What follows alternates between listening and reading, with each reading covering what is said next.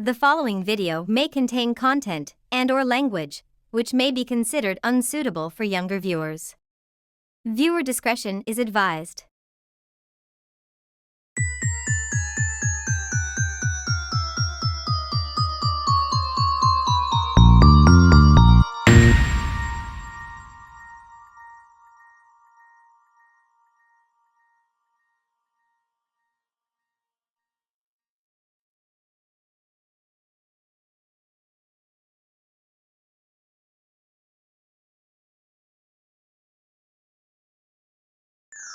Hi there, I'm Flora Hanaboshi. And welcome to the first episode of my newest TTS series, Ident Review with Flora. In this new series, we will be having a good look at some TV idents that we have come to know and love over the years. So, for today's episode, we will be taking a look at BBC Two's Halloween idents from 1992. Now, let's get this episode started, shall we? BBC Two is a channel underwent a revamp in terms of its look in 1991. And on February 16th of that year, the channel burst onto screens with a new wave of creative and memorable on-screen idents, all of which focused on the central two being involved in a variety of situations. As 1991 became 1992, the lineup continued to expand. Some of them became channel mainstays, whereas others would be one-offs.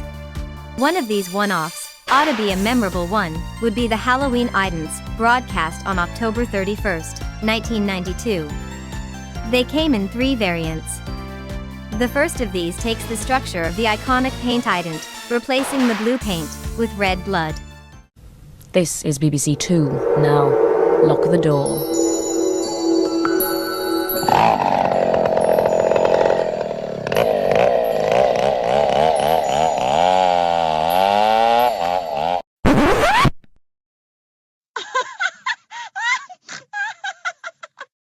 Sorry for the laugh, the end of the ident really made me laugh. Anyway, the red blood does a great job on cementing the theme of Halloween night, with the added touch of the roaring chainsaw implementing fear and terror, as it is the weapon of choice for many a horror character. Particularly Leatherface, from the movie series, The Texas Chainsaw Massacre. This ident stands out to me, because it's relatively simple. It changes one aspect of the original to make it something truly unique. I mean, not many other twos end up losing half of their body. The second ident, again, sets the two against the paint ident's backdrop.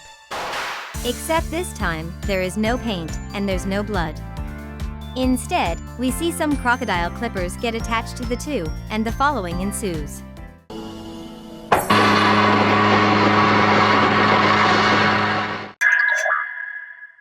Okay?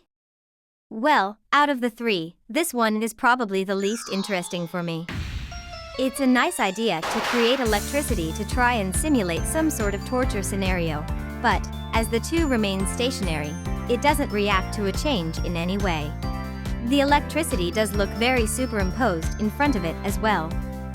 Having said that, it does still communicate the horror theme, and it is nice that it is available for us to look back on every Halloween night.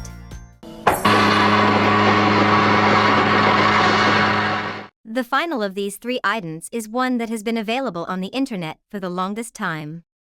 And, I'm very sorry to say this, but the video quality isn't that great. We see a two shrouded in a sheet. And before we can speculate, this happens.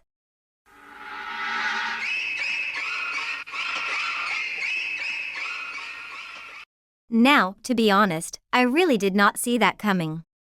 Now, of course, this ident variant is taking its cue from the Alfred Hitchcock 1960 horror thriller masterpiece, Psycho.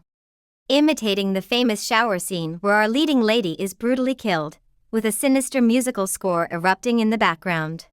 Surprisingly, I find this one quite dark for the BBC.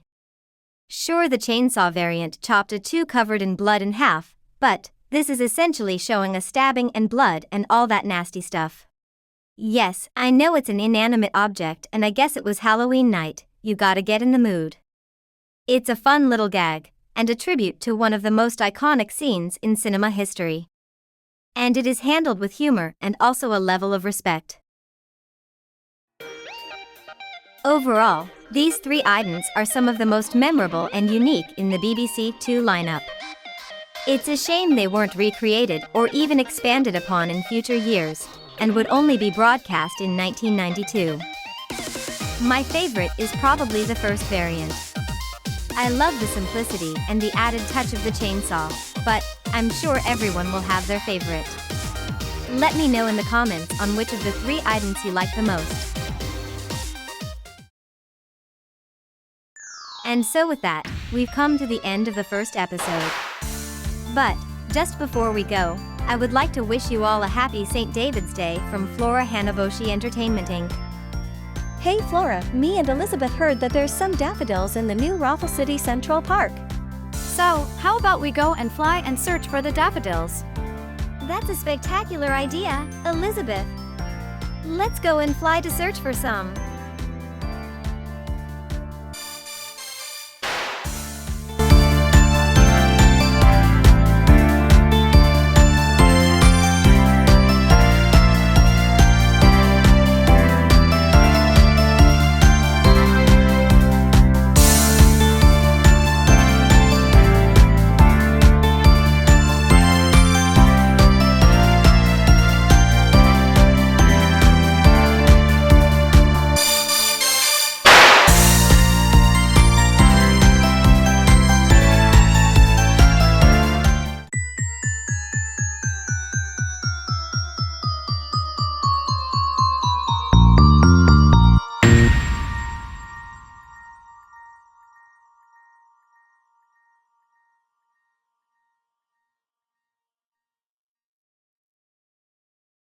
If you enjoyed the video, click the thumbs up icon and leave a comment. Be sure to subscribe to this channel and click the notification bell for more spectacular videos. Thanks for watching. This is Flora Hanaboshi, signing off.